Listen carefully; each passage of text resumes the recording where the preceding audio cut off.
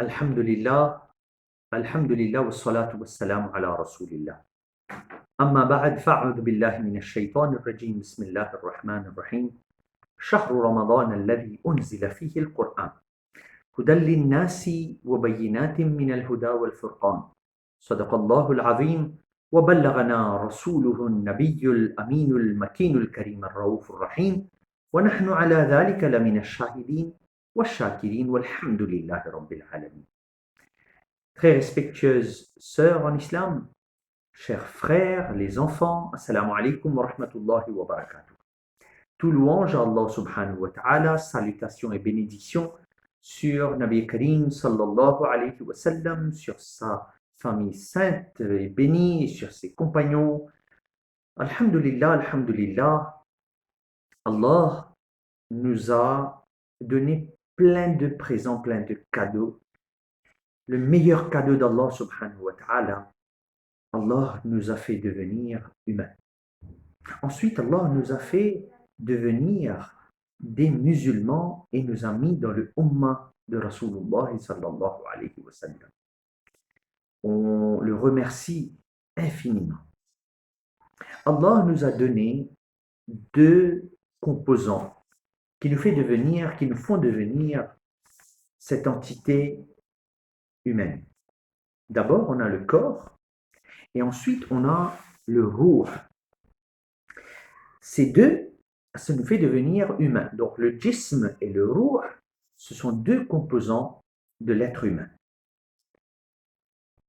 D'un côté, le corps, on peut le voir dans le miroir, on se regarde et on sait très bien quand notre corps a des problèmes, on a des maladies, on essaye d'éviter ces maladies. Et comment faire? On garde une bonne hygiène de vie, une bonne alimentation, on se lave, on s'occupe, on se hydrate, on prend des médicaments quand il le faut, on fait des exercices, entre autres. Et ça, on le fait, on a des mesures d'hygiène pour qu'on se garde en bonne santé et on a un bon bien-être dans la vie. Mais quand on pense à ce qu'on fait comme effort pour s'occuper de notre ruh, je crois, pour chacun d'entre nous, comme on ne le voit pas, on ne prête pas assez d'attention. Pourquoi?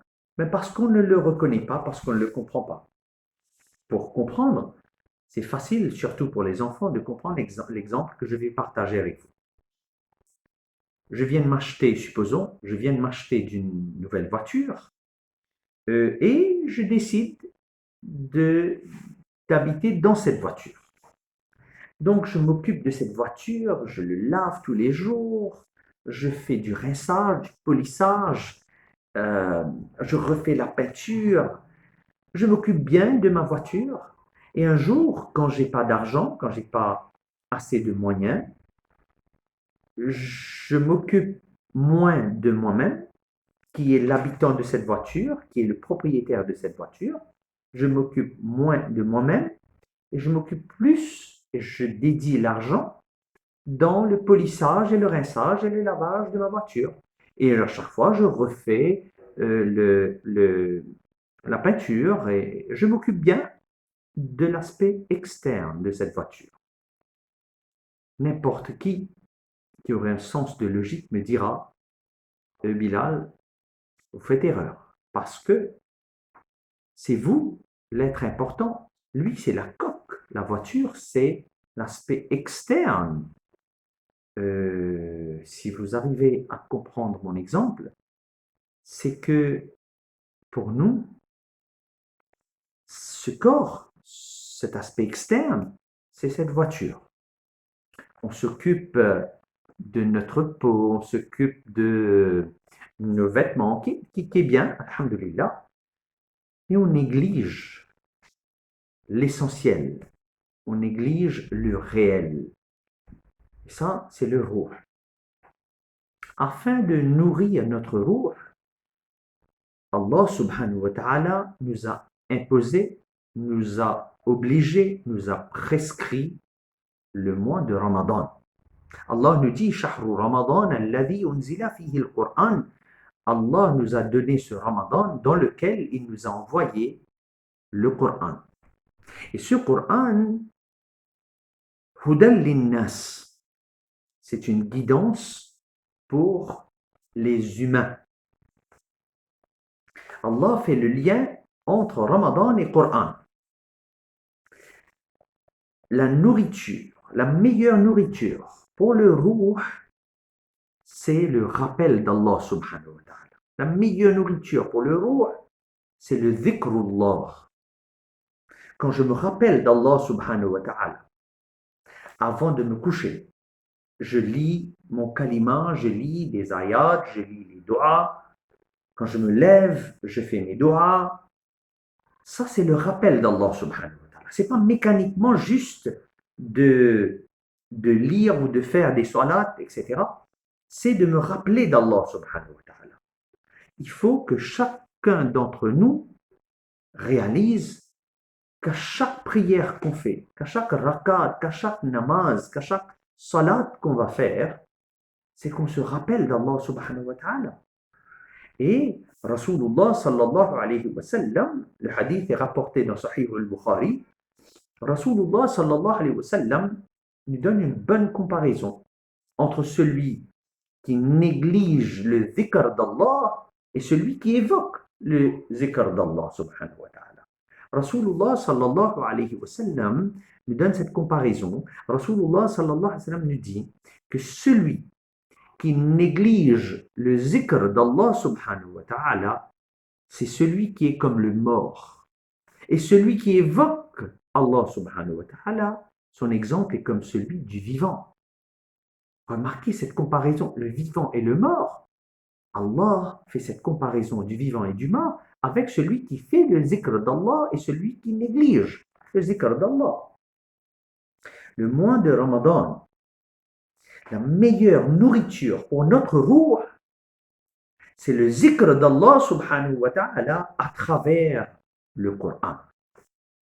À travers la lecture du Coran, à travers la récitation du Coran, les fidèles, nous avons un besoin pour que dans ce mois de Ramadan, on consacre du temps pour la récitation du Coran, mais aussi pour se plonger dans la compréhension du Coran, dans la compréhension du message du Coran. Et qu'on se plongera dans la compréhension du Coran, Allah nous dit que dans ce Coran, il y a Hudan linnas, il y a Hidayat. Il y a quoi? Il y a la guidance. وَبَيِّنَاتٍ مِّنَ الْهُدَى وَالْفُرْقَانِ. On comprendra les préceptes d'Allah subhanahu wa ta'ala. On comprendra Al-Furqan. Al-Furqan, c'est une critère de comprendre entre le bien et le mal. Une critère de comprendre entre la vérité et l'erreur. Et donc, c'est important pour que chacun d'entre nous étudie le Coran, comprend le Coran. Parce que c'est le seul moyen pour qu'on ait la guidance d'Allah subhanahu wa ta'ala. Et en sus de la lecture et de la compréhension du Coran, c'est important pour nous de se rappeler que nous avons un devoir de continuellement être dans le salawat, à envoyer des duroud sharif pour le ruh de notre chef, Muhammadur Rasulullah sallallahu alayhi wa sallam. C'est le duroud sharif, c'est cette connexion avec le saint prophète sallallahu alayhi wa sallam qui nous guidera vers une bonne compréhension du Coran. Les deux, ça marche main dans la main. Duroud sharif et le Coran. Il faut que ça marche ensemble pour qu'on puisse avoir le rahma, le baraka d'Allah subhanahu wa ta'ala. La première nourriture pour notre ruh pendant le mois de Ramadan, c'est d'abord le dhikrullah qui se fera en particulier à travers la récitation et la compréhension du Coran, ensemble avec le Darul Sharif. Deuxième aspect important comme nourriture pour notre ruh, c'est une conscience de soi. L'anglais l'appelle le self-awareness. Réaliser quels sont les méfaits dans lesquels je me suis ancré pendant des mois, des semaines, des années. Ça peut être la colère, ça peut être la jalousie, ça peut être, peu importe quels sont les méfaits, les gunas dans lesquels je suis ancré. Et cette conscience en soi, ce rappel, ce self-awareness, c'est de pouvoir aussi monter. Le ruh peut monter en niveau afin qu'il s'approche plus d'Allah subhanahu wa ta'ala. Pour que ce ruh monte de niveau en niveau, ça va se faire à travers l'apport de la compréhension du Coran, mais aussi d'être conscient des aspects qui sont les avantages et les bénéfices qu'on a à travers le mois de Ramadan. Je parle d'abord du partage. Le partage à travers le iftar. Quand le moment de l'iftar arrive, il est important pour chacun d'entre nous d'essayer de partager l'iftar avec les autres. Cette communion qu'on aura avec les membres de nos familles, de notre famille, on a cette possibilité, cette habitude à Maurice de partager l'iftar avec ses voisins. Musulmans et non musulmans, pourquoi pas? Pour vous, les frères et sœurs en France, pour vous, les frères et sœurs qui m'écoutent à Maurice, pourquoi pas d'envoyer des gâteaux afin de montrer cette communion qu'on a avec la société.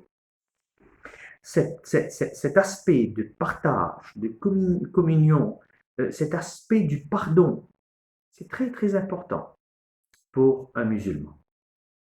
Donc j'ai parlé de zikr, j'ai parlé de conscience en soi et je parle troisièmement, une nourriture importante pour notre ruh, c'est le dua. Le dua avec toute humilité envers notre Rabb. Ce Rabb qui nous a tout donné.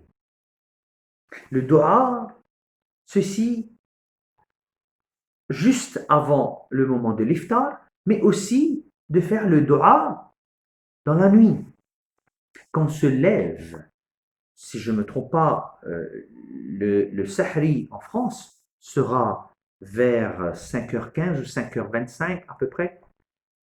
Si on se lève un tout petit peu plus tôt et on arrive à faire 2 rakats de salat al-tahajjud, et juste après le salat al-tahajjud, on lève la main, on demande à Allah subhanahu wa ta'ala.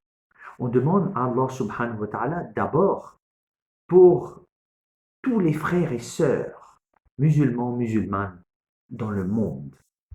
On demande dua de la guidance, de la lumière à Allah subhanahu wa ta'ala pour tous nos frères et sœurs.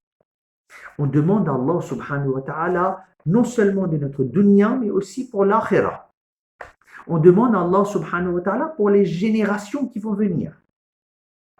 C'est notre devoir de nous montrer humbles devant notre Rabb. Et ce sont ces aspects, le zikr, le conscience en soi, le dua, qui va commencer à nourrir notre ruh. Le ruh deviendra plus fort, plus joli, plus prêt à nous renforcer intérieurement.